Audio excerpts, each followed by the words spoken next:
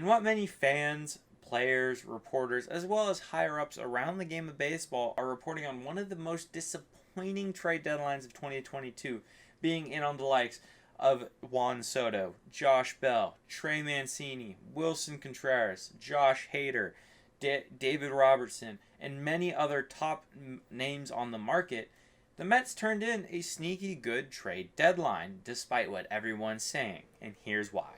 Hey y'all, it's Nick from Undefeated Productions, and welcome back to another video. In this one, we're going to be discussing the trade deadline of the New York Mets and how they ended up turning in a sneaky good trade deadline. Keep in mind, all of these stats are taken from August 11th, 2022, their off day in the week, heading into the series against the Phillies, where Noah Syndergaard returns to Citi Field, now playing for the Philadelphia Phillies. Kicking off the trade deadline for the Mets, it all happened a little bit earlier than most action, about a week and a half, 2 weeks, right before the August 2nd deadline, around July 22nd, and it turned out to be a very impactful move.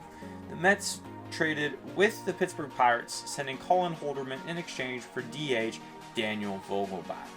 In Vogelbach's tenure with the Mets so far, he's hitting .341 with a .473 on-base percentage and a .568 slugging. He's roped 4 doubles, 2 home runs, and driven in 10 RBIs.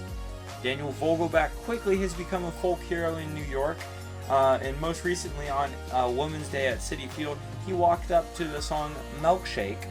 Now, granted, I don't know the song. I'm a big country music fan, so I like Brandon Nimmo's walk-up song.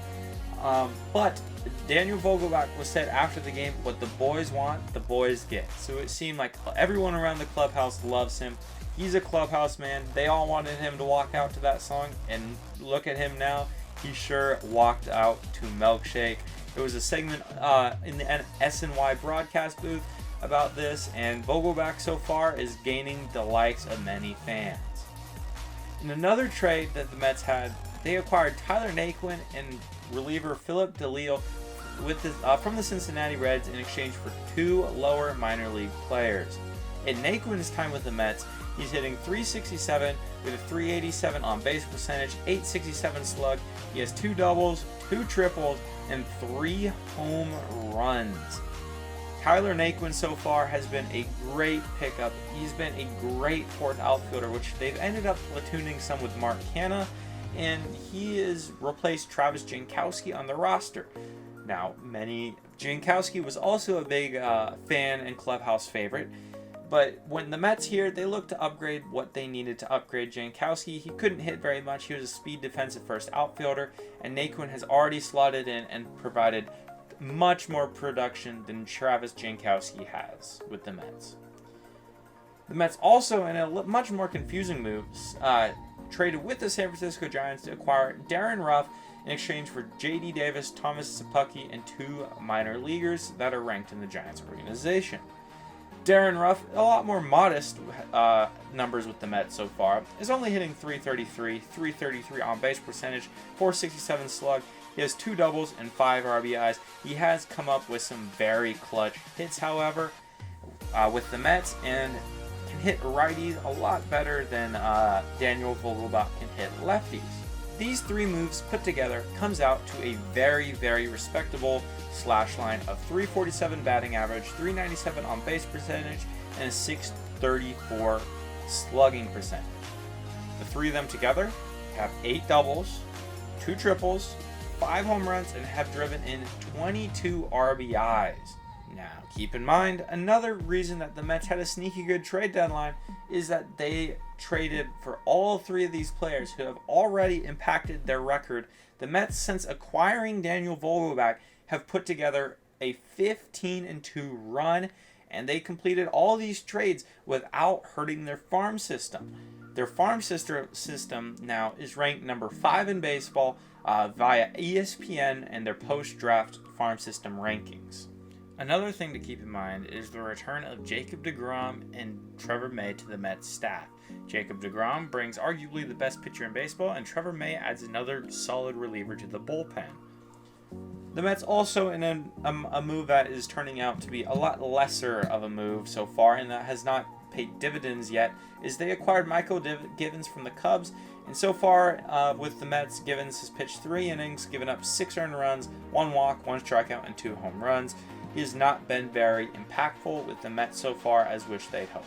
The subtractions from the Mets roster which are allowing for the Mets to yield such positive results is J.D. Davis and Dom Smith. J.D. Davis with the Mets hit .238 batting average, .324 on-base percentage, .359 slugging percentage. He had 8 doubles, 4 home runs, and drove in 21 RBIs. So far with the Giants, whom he was traded to, his hometown team, he's hit .333 with a .385 on-base percentage, a .708 slugging percentage, no doubles, 3 home runs, and 4 RBIs. J.D. Davis in his new look threads to San Francisco has almost already matched his home run total in a much smaller sample size with the Giants than he did with the Mets. Dom Smith was also the platoon at DH for the Mets. In 2022, he's so far hit .194 with a .276 on-base percentage, .284 slugging percentage, 10 doubles, 0 home runs, and drove in 17 RBIs. Now we talk about the Mets and their platoon at DH, one of their biggest needs, and you think about the designated hitter, it was supposed to bring more offense to the table. And for the Mets, it did that, but to a much lesser extent to other competitors that you look at, like the Dodgers, like the Astros, like the Yankees, who are getting much better numbers. The Mets' DH numbers before acquiring Daniel Vogelbach on July 22nd were .209 batting average, .288 on-base percentage, .317 slug, and a .605 OPS. That is by far the bottom 2. I think they were ranked 29th in baseball with that OPS. They had 19 doubles, 6 home runs, and 46 RBIs out of the DH slot in their first 100-something games before Daniel Vogelbach. The Mets' DH numbers after acquiring Daniel Vogelbach are 100 times better and rank, I believe, second in baseball, only behind the St. Louis Cardinals. From the DH position, after getting Vogelbach, the Mets have hit .324 with a .421 on-base percentage, .554 slugging percentage, and a .975 OPS.